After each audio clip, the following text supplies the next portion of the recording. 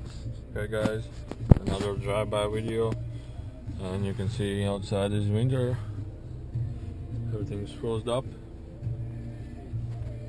I don't clean the car, I just drive it. So I put the camera right inside.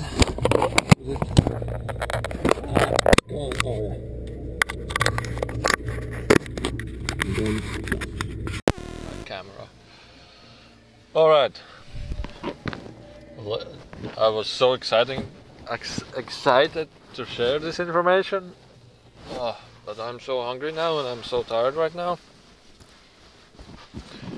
It's 10:20 right now in my time, PM. So the thing is, yesterday I was doing channeling, just like conscious channeling, like you are me talking right now. And then I was with one woman, and she was like, we were just talking about channeling and stuff. And then I was like again talking with flowers, and I said, "Oh, this flower is this." I was like, okay, the channeling started, and I was like, okay, maybe we should invite some being here. I like to talk with dead ones because they're sharing many times really interesting information. And she was like, yeah, okay, I don't mind. Channel whoever you want to. I was like, okay, let's try something. And I was like, how about Hitler? Then we got some information from Hitler. Then I was like, well, how about Michael Jackson? Then we got some information from Jackson, but these videos I will create later. And then about Latvian president who has died, and so on, and many other beings. And then we stopped to, okay, let's try Buddha. And I said, no, Buddha, no. Maybe let's try Jesus. And then I said, okay, let's try Jesus. And instantly when I said that, he came. I was like, whoa. I was like, you are shining in white color. He had a beard and he had white clothes on him. And scandalous, that's what the name I understood. He's the most scandalous spiritual person that I believe I have ever seen. But he was funny. He was really humorous. He was like, well, not humorous, but he was in a way funny. He was like, his energy was funny. And he was like, well, not, he wasn't laughing and doing anything, but I felt so in a strange way funny when he was talking. And the first thing what we ask is like, do you go to other people? Like, do you go like to many other people? Yeah, he says he goes to every people that call him. Many of them put crosses on him when he comes. Many of them ask, "Are you real? Are you real?" Many of them are, "Help me, help me, help him." And I'm in troubles. But many times he just looks at them and goes away because people you don't understand. And I really received many ideas from him. And the first idea was that he reached the state of absolute beingness. He's in a state of, he's like in an absolute state. And he said to receive this state, you have to follow I. You have to follow myself. You have to follow. And this doesn't mean following him or any other person. This means following the I. This is the I. This is the self. This is the who am I. Well, who am I? And he said to reach the absolute state, you have to meditate. You have to meditate in no time space. You have to sit in a meditative state. This is how he received the absolute state. I will talk a little bit later what is the absolute state. And you stop thinking, you stop doing anything, you stop even the time, the feeling of time, you stop the awareness of time, you stop even the thought of time, you stop the self, you stop the thought process all.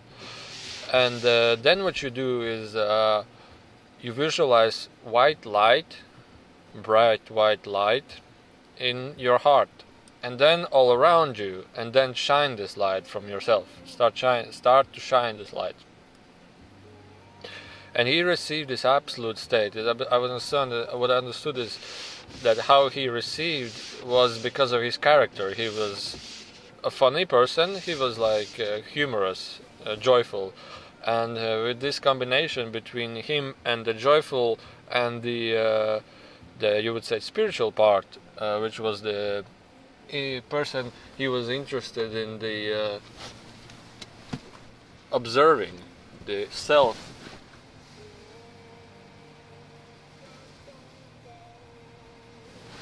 And by observing the self, he came more in awareness of the self. And what I understood is that he went to do these practices away from his city or his hometown. And when he learned these practices, he came back to his hometown. But now, about the absolute state, what is the absolute state? The absolute state is a state that you shine through, in essence, the God, that you shine through, in essence, the light, that you shine through, in essence, the absolute. That was the name, the essence of absolute. And what is the absolute? The absolute is when you, for example, look at a robber or a bandit, you start to judge him. You start to think he's bad, he's not bad. When you are in absolute state, you only see the absolute being of God, in essence, of him. You don't judge him to be good or bad. You don't have judgment of any kind of things. You don't have the thought process of whether it's good or bad. You have the total absence of absolute God in total his essence. Meaning that, for example, you can stop suffering, you can stop thinking. And many people, when he reached this absolute state, the most beautiful sentence which I liked was the God is only absolute. And we, each and every one of us, makes God as absolute as he is. And without each and every one of us, without even one single part of him, God will not be absolute, wouldn't be absolute. So with every one of us, God is absolute.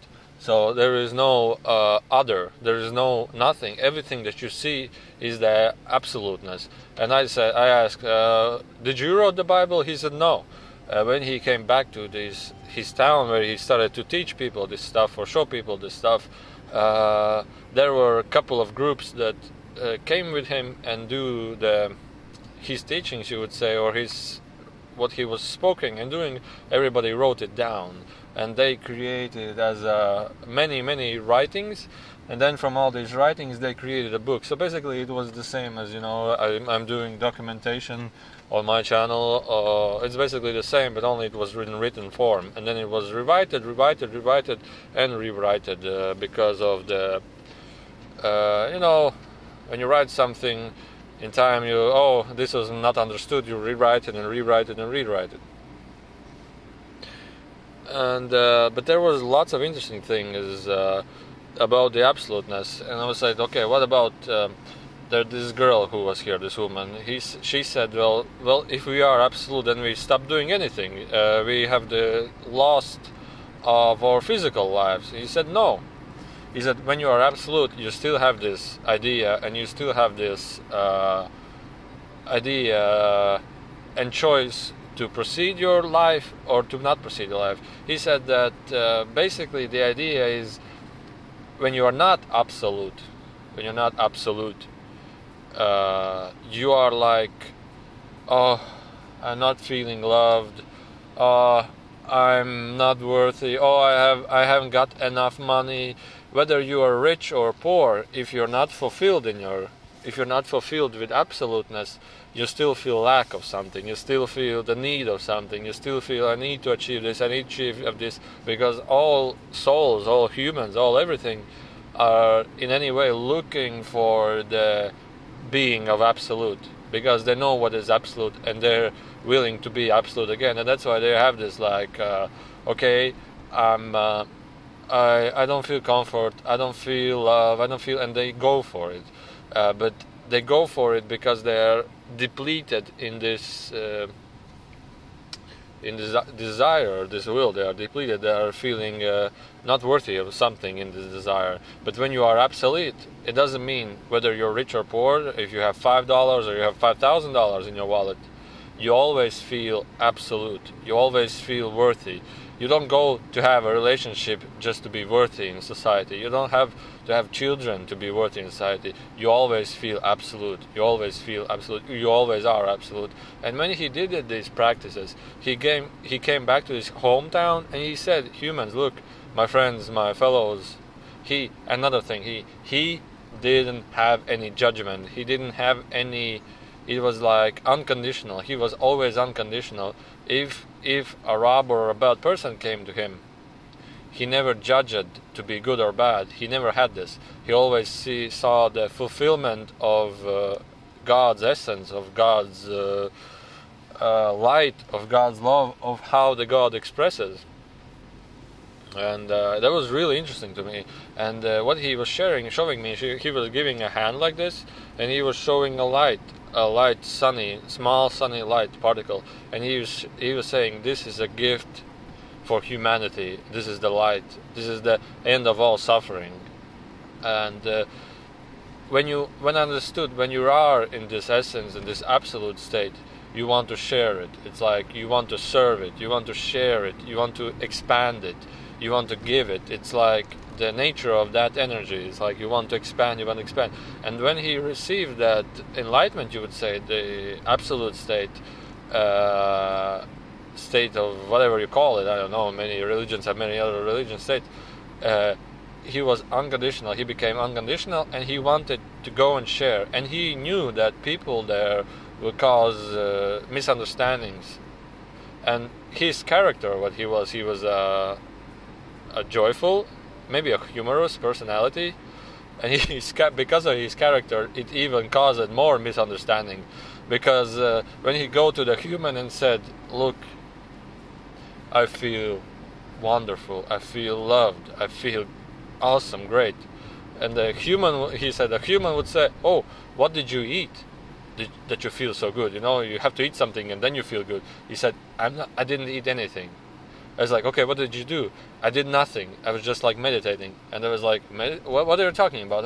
We don't understand. And he was like, oh, the humans they just don't understand. And it's like, okay, you follow myself. It's like, follow you? No, self, which is you individuality. And they were like, he said to follow myself. And oh yeah, he said to follow him. No, it's different. And he said to receive this state of absoluteness, you have to follow yourself, which is the I, which is the one who observes, which is the one who witnesses, which is the one who is that you that is. And to receive this absolute state, you have to be, you would say, alone, or not follow anybody and not follow any belief systems. You have to look inside the I and use the meditation technique that I was sharing before, that he was sharing before. And then you become absolute in essence, like complete in essence. And then what happened was he was also giving me pictures. What I understood is that he transformed into light, that he realized his self and transformed into light. And when I saw the picture which he was showing is that he showed an image of him as an astral body, and the God's light is shining through him, and he is like a filter in front, a little bit like a filter, so that I can see him as a bright light. And this image gave me a lot of inspiration. But the only thing is that afterwards I came home, I was like, man, I got over energized again. I was like, oh, I'm again feeling back of the neck feels pain right here, but not as much as before. Oh, it's even hot right now. Oh, I can warm my hands. And just put on the heating. I will go to have a snack right now. I cannot wait to have food. Delicious. And one more time, I asked him about the religion. How is it controlled? Why are Christians aggressive? He said because Christians put thought forms in their meditation, which is prayers. Because they put thought forms in those things. They put thought forms. They put like, oh, I want to be, help me, save me. I will not be possessed. I will not do these bad things. And they really strongly activate their mind, really strongly train their mind, really strongly train their thought processes. And because they're really in these things, they're really aggressive. Aggressive thinking, and the aggressiveness comes out in their day-to-day life, just like normal that. And what did he else say? He said there's like bad entities, spirits, and demons, and something. He didn't even reply to that. He said that's no. I have never said that there's a hell. I have never said that somebody will, die. The only misunderstanding is that the idea. The human asked him, a person asked him, normal people ask him, how does this work, the absoluteness or something? He said, the absoluteness works that you don't suffer. And they're like, what does it mean, don't suffer? And it's like, oh God, they don't understand. It's like, don't suffer means... okay, let's say like this, like, if you practice this, you feel always good, like you're living in a good world. It's like, I will feel good. Yes, you will feel good. Okay, but if you don't practice this, you'll feel bad. You feel like in a bad world. It's like, okay, good world means full with light, love, and everybody is happy. Bad world means everybody hits each other, and there's always pain, crying, tears, and suffering. And then they started to create their own concepts, and he was like, oh, they don't understand this. Because it was so hard to describe to them these things. It was impossible. But in my one of the first challenges what I said is that Jesus didn't have the allowance to go to the city of Europe or the city of I don't know where to go and give these teachings. Because what I understood is when you receive this absolute state, in his contrast, he had a life of suffering, hard life, and the life of love and light, which he received when being enlightened, you would say. And because he had a huge contrast, he wanted to help these people. I feel wonderful. I just feel great. I don't do anything. I feel just... You have to feel this. People, you have to feel this. This is great. And they didn't understand what is he talking about. Another thing that I saw is that from his heart there was light coming through. And through his palms there was this light coming through, really powerful. And what I saw is that he can really do energy healing to people. He can really do it really strongly. It was really intense. It was really powerful.